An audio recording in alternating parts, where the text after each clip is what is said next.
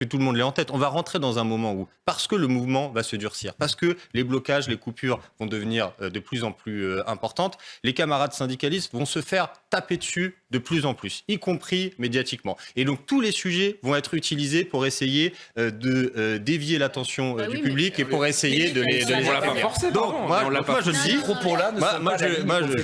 je le dis, je ne veux pas participer à ça. Et moi, mon objectif, c'est au contraire de remettre la focale sur le fond du sujet. Et donc là, je parlais tout à l'heure de ce que faisaient les énergéticiens, mais y compris ce que la CGT fait dans les Bouches-du-Rhône. Ils ont raison de faire ça et ils ont un soutien populaire très important. D'ailleurs, je rebondis sur ce que vous disiez tout à l'heure. Madame, vous disiez, les Français sont opposés à la réforme des retraites, mais ils sont aussi opposés au blocage. C'est pas vrai. C'est pas vrai. Tous les sondages qu'on a depuis le début nous disent que les gens sont autant contre la réforme qu'en soutien des blocages, parce qu'ils ont bien compris, l'enjeu et que si on voulait aller jusqu'au bout, et on était obligé de durcir le mouvement. Et même moi, je le vois quand je suis sur le terrain, dans les manifestations ou sur ma circonscription, les gens disent ça, y compris ceux pour qui c'est difficile de faire grève, y compris pour ceux qui subissent le plus directement les conséquences du blocage. C'est dur pour eux et nous disent c'est dur de ne pas pouvoir aller faire peut-être mon plein à la station essence, c'est difficile. Mais je soutiens ça, c'est ma façon de contribuer au mouvement, de dire est-ce que cette réponse sera la même dans une semaine, dans 10 jours et personne ne le sait. Les Français, ils savent un peu ce que c'est qu'une grève et qu'un blocage. Et que c'est pas la première fois qu'on l'a pas vécu, on se dit des ça va aller. raffineries qui sont bloquées et des stations essence où on peut pas faire le plein, etc. Je pense qu'il y a une grande clarté dans le débat et que les gens sont très déterminés. Ça, l'avenir le dira. William Martinez, certains veulent une révolution.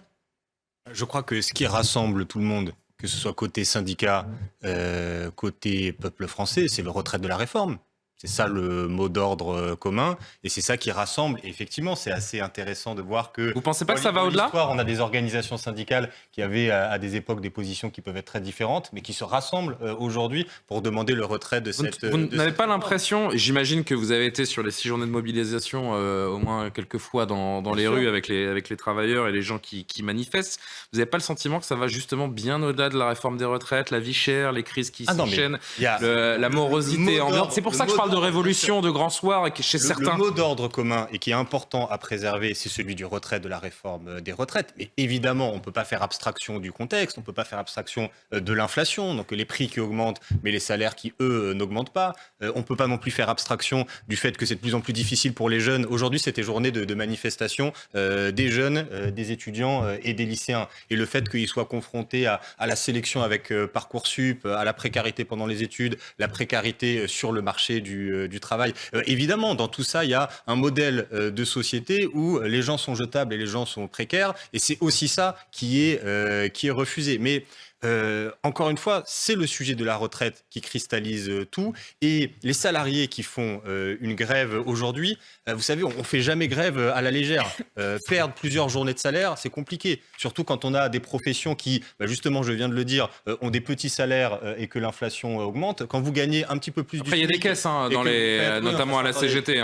Non, c'est pas magique. Non, mais c'est pas magique. Vous dites ? Il faut arrêter avec ça. Mais la CGT a une caisse. Non, mais la caisse de la CGT, moi, par exemple, mon mouvement, on fait une caisse de grève pour aider ceux qui font grève. Donc je pense que même, et j'incite les gens à donner aux caisses de grève pour aider les travailleurs qui sont en grève. Mais par contre, il faut casser une idée reçue. Même avec ces caisses de grève, c'est 90% de leur salaire qui est perdu. Oui. Donc là, on parle de, par exemple, les éboueurs qui font grève. Un éboueur, vous êtes à 1500 à 2000 euros, là, selon les primes que vous avez. S'ils font 2 semaines de grève, là, si on se projette un petit peu dans le calendrier parlementaire, c'est la moitié de leur fiche de paye qui va disparaître. Donc il faut un peu se projeter, qu'est-ce que ça veut dire en ce moment ? Vous gagnez 1500 euros par mois et vous en perdez la moitié. Donc voilà, il n'y a pas de légèreté, il n'y a pas d'insouciance. Tout est fait avec gravité. Et le fait qu'on arrive à voir... personne ne parle d'insouciance. J'avais l'impression d'entendre un peu dans la discussion, les gens se lancent dans cette mobilisation, mais une fois qu'ils se rendront compte des conséquences dans le blocage de l'économie, ils vont faire marche arrière. Moi, je pense que c'est pas de l'opinion.